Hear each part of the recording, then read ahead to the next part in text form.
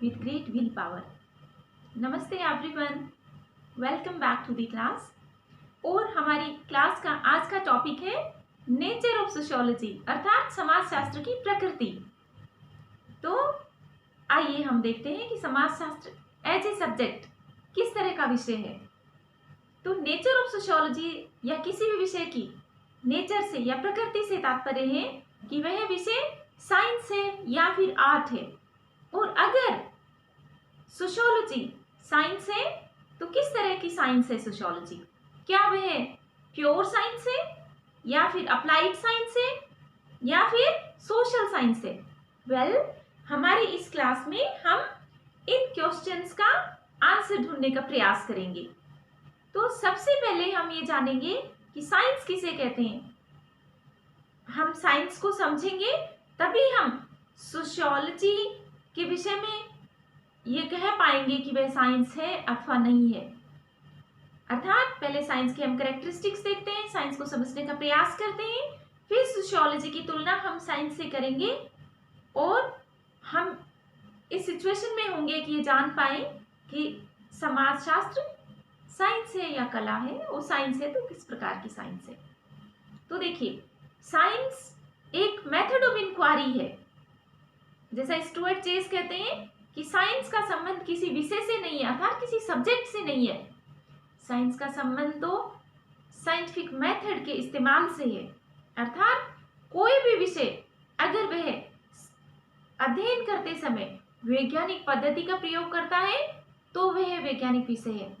अगर वह वैज्ञानिक पद्धति का प्रयोग नहीं करता तो वह साइंस नहीं हो सकता।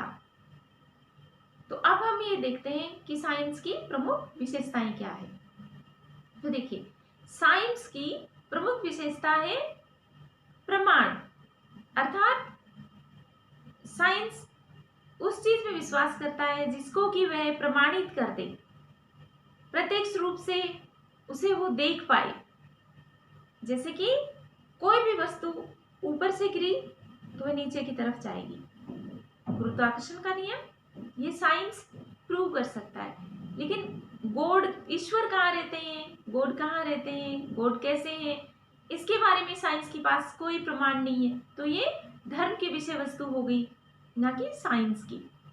तो अब हम बात करते हैं कि जब प्रमाण साइंस की विशेषता है तो क्या सोशियोलॉजी में प्रूफ दिया जा सकता है? तो देखिए, बिल्कुल दिया जा सकता है।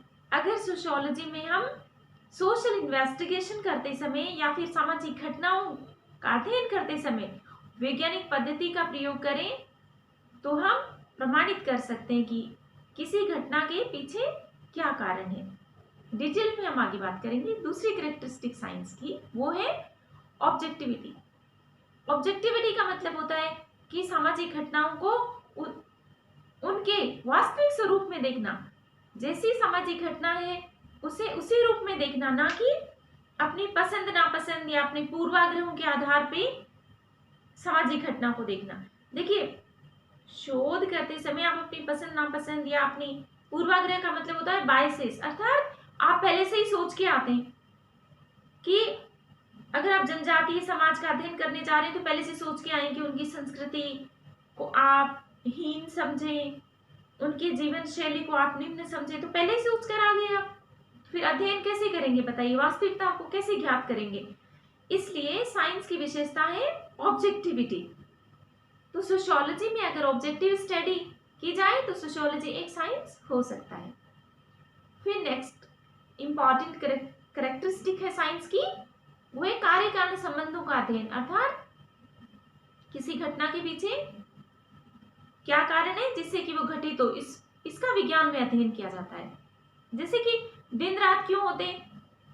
क्योंकि पृथ्वी अपने एक्सिस पे घूमती है इसलिए दिन रात होते हैं। कहीं बारिश क्यों होगी? क्योंकि हवा का दबाव कम हो गया या फिर कंडीशंस ऐसी बन गई फेवरेबल। ये सब साइंस में इस तरह की बात की जाती है। तो क्या सोशियोलॉजी में भी कारण परिणाम संबंधों का अध्ययन किया जाता है? बिल्कुल किया जाता है। हालांकि देखिए, एक सामाजिक घटना के पीछे कई कारण होते हैं, मल्टी कॉजल होती है सोशल जो इवेंट्स होती है या सोशल फिनोमिना है, लेकिन फिर भी वो ढूंढा जा सकता है। कारणों को हम ढूंढ सकते हैं। जैसे मान लीजिए महिलाओं की भारत में निम्न परिस्थिति। क्या कारण है? आप कारण ढूंढ सकते हैं, अशिक्षा या फिर उनका एम्प्लॉयमेंट में मतलब वो अर्न नहीं करते, आर्थिक रूप से सशक्त नहीं है तो उनकी स्थिति नीचे है, या कुछ परंपराएं ऐसी है हमारी। तो कारण परिणाम संबंधों का अध्ययन सोशियोलॉजी में भी किया जाता है, इसलिए सोशियोलॉजी भी साइंस हो सकता है। अच्छा, और इम्पोर्टेंट करेक्टरिस्टिक है साइंस की, वो है एक्सपेरिमेंटेशन, अर्थात विज्ञान में प्रयोग किए जाते हैं। तो क्या सोशियोलॉजी में भी प्रयोग पॉसिबल है? बिल्कुल पॉसिबल है। जैसे x post facto experiments, after only experiment, ये हम जब रिसर्च मेथोलॉजी पढ़ेंगे तब हम डिटेल में बात करेंगे, लेकिन यहाँ मैं समझाने के लिए आपको बता देती हूँ कि सोशियोलॉजी में भी प्रयोग हो सकते हैं। सोशल रिसर्चर है, वो समाज में जाता है, उसके लिए समाज ही एक लेबोरेटरी का काम करता है, और वहां पर कोई समूह है मान लीजिए, उस समूह में पहले तो उस समूह का पहले आपने सर्वे किया, फिर आपने मान लीजिए किसी कारक का प्रभाव उस पर जानना चाहा, जैसे मान लीजिए लिटरेसी का प्रोग्राम चलाया, तो फिर प्रोग्राम के बाद में आप ये देखेंगे कि लिटरेसी का लेवल कितना बढ़ा है, तो ये हुआ ना, एक्सपेरिमेंट ही तो हुआ।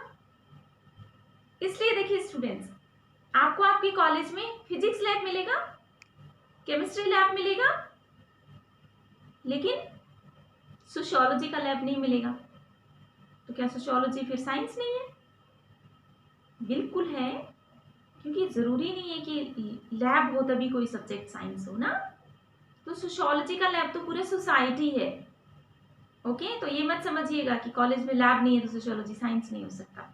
जैसा हमने कहा था, स्टुअर्ट चेस कहते हैं कि अगर स्टडी में कोई भी विषय साइंटिफिक मेथड का इस्तेमाल करेगा तो वो साइंस है, और सोशियोलॉजी साइंटिफिक मेथड का इस्तेमाल करती है स्टडी में। साइंटिफिक मेथड के अगेन ये एक लंबा टॉपिक है, तो हम इसके लिए सेपरेट क्लास लेंगे। फिर देखिए, साइंस की अन्य विशेषताएं है भविष्यवाणी करना। जैसे आप सुनते ना, आपने मौसम सुना होगा रेडियो पर, अब तो टेलीविजन में, कि कहाँ रेन होगी, कहाँ सूखा पड़ेगा, कहाँ बाढ़ आ सकती है, भविष्यवाणी हो रही है। या फिर खगोल शास्त्रीय एस्ट्रोनॉमी जिसे कहते हैं, वो बता देती है कि पृथ्वी से इस तारीख को इस समय कोई धूमकेतु है ना आकर और टकराएगा। तो क्या सोशियोलॉजी इस तरह की भविष्यवाणी कर सकती है? अगर, जैसा हमने पहले कहा, अगर साइंटिफिक मेथड का इस्तेमाल करके स्टडी करे सोशियोलॉजी, तो वह भविष्यवाणी कर सकती है। जैसे कि मान लीजिए भारत में जो हमारी सेंसस है, जनगणना है, उसके विश्लेषण से सोशियोलॉजिस्ट या सोशल थिंकर्स ये बता सकते हैं कि महिलाओं की गिरते हुए मतलब महिलाओं की गिरती हुई संख्या या सेक्स रेशो के घटने से आने वाले समय में समाज किस प्रकार का होगा, विवाह की संस्था किस प्रकार की होगी, किस तरह की सामाजिक समस्याएं आएंगी, भविष्यवाणी की जा सकती है। हाँ, उतने ही नहीं जितने की प्योर साइंसेस में की जा सकती है। तो देखिए, साइंस के और भी कई कैरेक्टरिस्टिक्स हो सकते हैं। हमने मुख्य मुख्य विशेषताओं की बात की, और साथ साथ में सोशियोलॉजी की हमने उन विशेषताओं से तुलना भी की। तो हमने ये देखा कि सोशियोलॉजी है, अगर साइंटिफिक मेथड का इस्तेमाल करें वो एक साइंस हो सकता है। लेकिन देखिए, अब ये फर्क भी है। नेचुरल साइंसेज हम किसे कहते हैं? नेचुरल साइंसेज हम कहते हैं फिजिक्स, केमिस्ट्री जैसी साइंसेज को, जिनमें कि वस्तुओं का अध्ययन करते हैं, आप पदार्थों का अध्ययन करते हैं, मैटर का अध्ययन करते हैं। और मैटर या पदार्थ क्योंकि नॉन लिविंग है, वो सोचते नहीं है, चेतनशील नहीं है, इसलिए उनके बारे में आप एग्जैक्ट भविष्यवाणी कर सकते हैं, क्योंकि वो मैनिपुलेशन नहीं कर सकते ना, पदार्थ हैं वो, तो आप एक्यूरेट अध्ययन कर सकते हैं। लेकिन सोशियोलॉजी में हम ह्यूमन रिलेशनशिप की स्टडी करते हैं, मानवीय संबंधों का, मानव का अध्ययन करते हैं, और मानव चेतनशील है। वो ऐसे नहीं है कि नॉन लिविंग थिंग्स की जैसे हो, मतलब वस्तुओं की जैसे हो, नहीं। ह्यूमन्स है, वो तो थिंकिंग बींग्स है, लिविंग बींग्स ही नहीं, थिंकिंग बींग्स है। इसलिए वो कब क्या सोचे भविष्यवाणी नहीं की जा सकती। इंसान बहुत मैनिपुलेशन कर सकता है आपको। जब आप वैज्ञानिक पद्धति के द्वारा आंकड़े एकत्रित करेंगे तो सूचनाएं भी सही नहीं देते कई बार उत्तरदाता।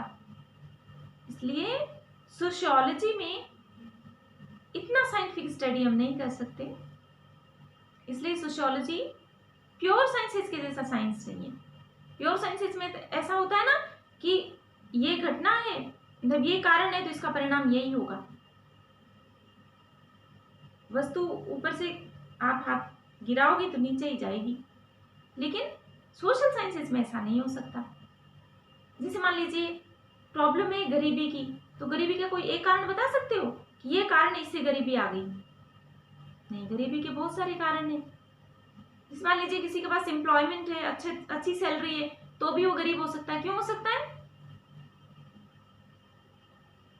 क्योंकि उसको हो सकता है उसकी यहाँ परम जॉइंट फैमिली है, बड़ा परिवार है, जिम्मेदारी ज्यादा है, सामाजिक आयोजनों पर और परिवार की रस्में ऐसी है, दहेज देना है बहन की शादी में, तो वो गरीब हो सकता है। तो गरीबी के कई कारण है, ये साइंस की जैसे नहीं है।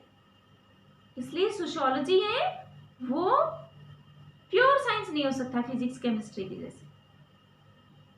और वो किस तरह का साइंस है? फिर सोशल साइंसेस। क्यों? क्योंकि उसमें समाज का अध्ययन हम करते हैं। तो हमने साइंस की कैरेक्टरिस्टिक्स देखे और फिर हमने साइंस के कैरेक्टरिस्टिक्स को देखते हुए सोशियोलॉजी के बारे में विश्लेषण किया कि सोशियोलॉजी साइंस है या नहीं। नेक्स्ट क्लास में हम देखेंगे कि सोशियोलॉजी किस तरह का साइंस है। Thank you, stay safe.